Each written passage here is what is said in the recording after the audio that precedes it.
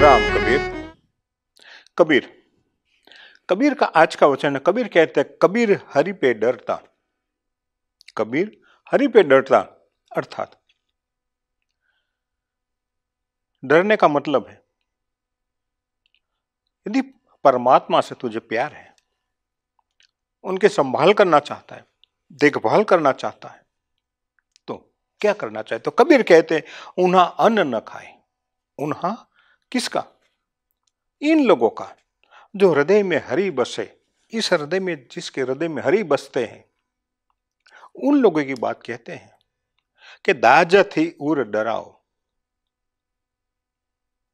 विषय वासना रूप में जो ग्रसित लोग हैं और विषय वासनाओं में जो पड़े हैं, तो विषय वासनाओं से हरि को खतरा रहता है। दाजत उर डराओ। तो कबीर कहते हैं, मैं उनसे दूर रहता हूं। ऐसे लोगों का अन्न नहीं खाना चाहिए, ना हमें विषय वासनाओं में लिप्त रहना चाहिए, ये नहीं करना चाहिए। तो विषय वासना और भी जो अन्न है, उनका यदि हम भक्षण करते रहे, तो हरि को दुख होता है, दाह होता है, जलन होती है इनसे। तो हरि तो अंदर भीतर बैठा है और विषय वासना रूपी अन्न का आप भक्षण करते हो, आप खाते हो, तो हरि को कैसे संभाल पाओगे? उनको तो जलन होगी, इनके ओर में दाह पैदा होगी, तो अंदर रहेगा ही नहीं, बैठेगा नहीं, तो आपसे दूर हो जाएगा। तो याद रखें, कबीर हमें जो समझाते हैं, एक एक छोटी छोटी बातों पर हमें कबीर ध्यान रखने को कहते हैं। और छोटी बात छूट जाती है, पता नहीं चलता है कि हम कहां गलती कर बैठते हैं, कहां खो जाते हैं। इस दुनिया में और इस सारे ब्रह्मांड में भूले पड़ने के अनेक रास्ते हैं, और यदि हम भटक गए इन रास्तों में, तो वापस मुड़कर कहां होगे? कौन रास्ता दिखाएगा? इसलिए कबीर हमारा ख्याल रखते हैं, संभाल रखते हैं, और छोटी छोटी बातों पर हमें चेतावनी देते हुए कहते हैं, हरि पे जो डरता। कबीर हरि पे डरता, हरि की संभाल रखना चाहता है। वो कोमल है, नाजुक है। ये पल क्षण एक बहुत नाजुक क्षण होती है। हरि को संभालना आसान नहीं है, और विषय वासनाओं में फंस पड़ना बहुत ही आसान है। इसीलिए तो लोग इसमें फंस पड़ते हैं, और जब इनमें इतने गहरे चले जाते हैं, गहराई तक चले जाते हैं, तब पता चलता है अब वापस मोड़कर आना असंभव लगता है, असंभव हो सकता है। तो इसीलिए कबीर कहते हैं, प्रारंभ से ही हमें कबीर चेतावनी देते हैं, कहते हैं, इतने गहरे न चले जाओ, इतने दूर न निकल जाओ कि वापस मोड़कर आना असंभव हो जाए, मुश्किल हो जाए। इसीलिए कहते हैं कि विषय वासना से ग्रसित लोगों को चेतावनी देते हैं। ये अन्न की तरह होता है। जैसे मिठाई खाने का बहुत ही मन करता है, मीठा बहुत पसंद आता है लोगों को, खाते रहते हैं, खाते रहते हैं, मगर यह नहीं पता चलता कि ज्यादा खा लिया तो क्या होगा। खाने के बाद पता चलता है कि ज्यादा खा लिया, अभी नुकसान हुआ है। तो खाने के बाद पता चलता है। तो विषय वासना भी ऐसी ही है, प्रारंभ में पता ही नहीं चलता है कि हम कहां घिसटते जा रहे हैं, कहां फंसते जा रहे हैं। तो यहां फंस जाना आसान है, पता नहीं चलेगा। और यदि गुरु नहीं मिला, सच्चा मार्गदर्शक नहीं मिला, तो कौन बचाएगा? समझ में आता है कि सच्चा मार्गदर्शक नहीं मिला, समझाने वाला, वापस लाने वाला कोई मिला ही नहीं, तो फिर बहुत मुश्किल हो जाएगी। और इसी विषय वासनाओं में फंस पड़ेंगे तो इस भवसागर से छुटकारा नहीं हो पाएगा।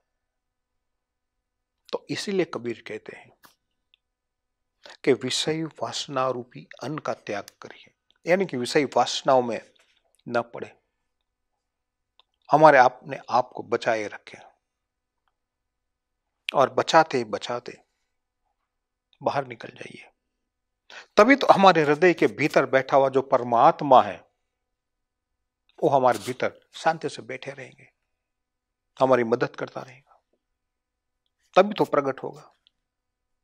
तभी भीतर का परमात्मा ही नाराज है,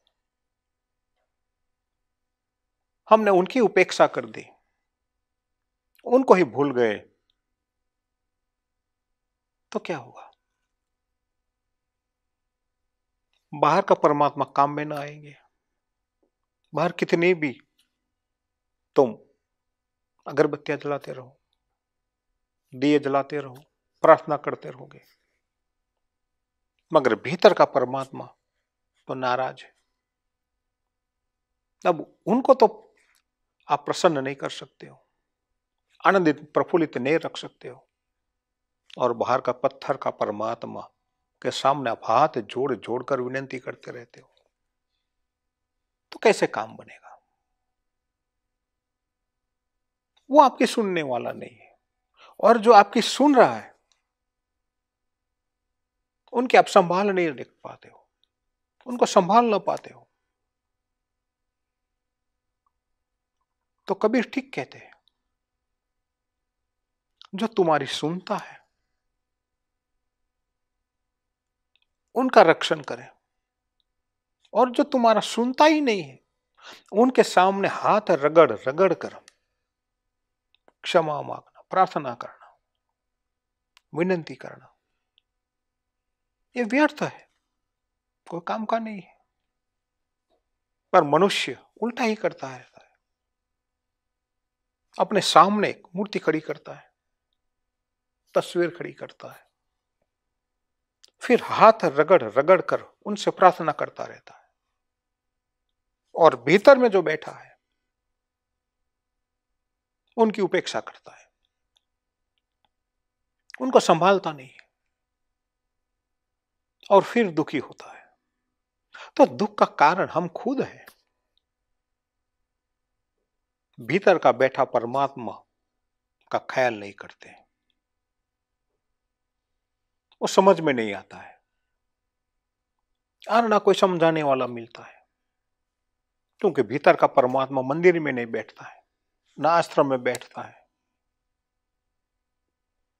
वो तो हमारे पास सदैव रहता है, और हमारे पास में ही रहता है कस्तूरी मृग की तरह, और हम बाहर भी आसपास उनको ढूंढते रहते हैं, कहां से मिलेंगे? तो कबीर हमें यही तो सिखाते हैं कि जो भीतर में बैठा है उनकी संभाल करिए। बाहर बैठा है जो आपकी सुनता नहीं है, उनके पास जाकर हाथ रगड़ रगड़ कर प्रार्थना करना व्यर्थ है, छोड़ दीजिए। प्रार्थना करनी है तो भीतर बैठा हुआ परमात्मा के लिए प्रार्थना कीजिए। भीतर बैठा हुआ जो परमात्मा है उनको अपने वचन सुनाइए, अपना मन सुनाइए। आपके भीतर क्या चलता है वही दिखेगा, वही सुनेगा, तो उनका ख्याल रखें। तो कबीर के अनोखे वचन है, आते रहिए, सुनते रहिए, और भीतर का जो परमात्मा है उनको प्रसन्न करने के लिए क्या करना चाहिए, तो कबीर हमें भली भ्रांति समझाता है, बस वही करते रहे और भीतर का परमात्मा प्रसन्न रखे। अस्तु। राम कबीर।